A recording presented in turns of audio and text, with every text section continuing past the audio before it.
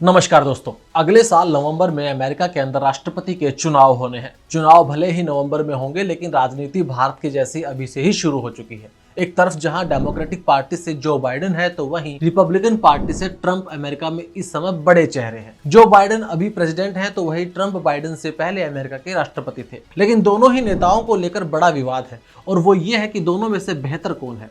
परंपरागत रूप से विश्लेषक मानते हैं कि रिपब्लिकन राष्ट्रपतियों का झुकाव भारत की ओर रहता है। हालांकि इस बात में पूरा सच नहीं है। दूसरे विश्व युद्ध के बाद देखें तो भारत की सबसे ज्यादा तरफदारी करने वाले दो राष्ट्रपति हुए। पहले 1960 के दशक में जॉन एफ कैनेडी, जो फिर 2000 के दशक में जॉर्ज डब्ल्यू बुश। कैनेडी जहां नियो कंजर्वेटिव रिपब्लिकन पार्टी से थे, तो वहीं बुश डेमोक्रेट थे। दोनों ने नई दिल्ली के साथ रिश्तों को नई ऊंचाइयों तक पहुंचाया। इसका मतलब भारत के साथ अमेरिका के रिश्तों में कोई फर्क नहीं पड़ेगा। लेकिन यहाँ बात सिर्फ भारत के साथ रिश्तों की नहीं है। इस समय भारत अमेरिका के सुपर पावर को लेकर भी एक बहस छिड़ चुकी है, और 1990 से 2010 तक अमेरिका दुनिया की अकेली महाशक्ति रहा। लेकिन उसके बाद से चीन उसके इस रुतबे को चुनौती दे रहा है। परचेजिंग पावर पैरिटी के हिसाब से चीन की इकोनॉमी पहले ही अमेरिका से आगे निकल चुकी है, और नॉमिनल जीडीपी के हिसाब से भी आने वाले वक्त में ऐसा ही होने के अनुमान है कि चीन कहीं ना कहीं अमेरिका को पार कर लेगा। अब इस लिहाज से देखें तो बाइडेन का चीन के प्रति रुख थोड़ा नरम रहा, तो वही ट्रंप चीन को लेकर काफी तीखे स्वर में विरोध जता चुके हैं भूतकाल में।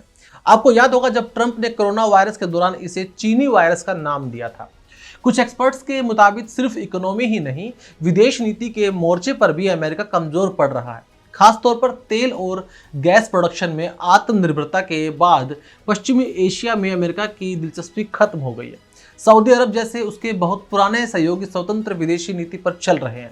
अफगानिस्तान में जिस तरह से अमेरिका ने अपनी सेना को वापस बुलाया, उसे लेकर भी बाइडेन सरकार की आलोचना हुई, और अमेरिका के प्रभाव खत्म होने का सबूत माना गया इसे। रूस ने यूक्रेन पर हमला कर अमेरिका के दबदबे को चुनौती दी, और इस मामले में उसे चीन का समर्थन भी प्राप्त हुआ। वहीं सऊदी अरब, भारत, ब्राजील और कई अफ्रीकी देशों ने इस मामले में ना ही रूस का समर्थन किया, न ही अमेरिका का समर्थन किया।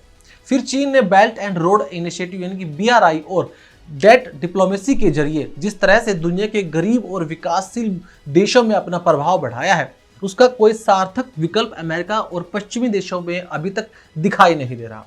ऐसे में ट्रंप काफी ज्यादा सफल साबित हुए थे। ट्रंप के कार्यकाल में ना ही कोई बड़ा युद्ध हुआ, तो ना ही किसी भी तरह से चीन का प्रभाव बढ़ा। साथ ही ट्रंप ने रूस के साथ भी संबंध कुल मिलाकर अच्छे ही स्थापित कर रखे थे।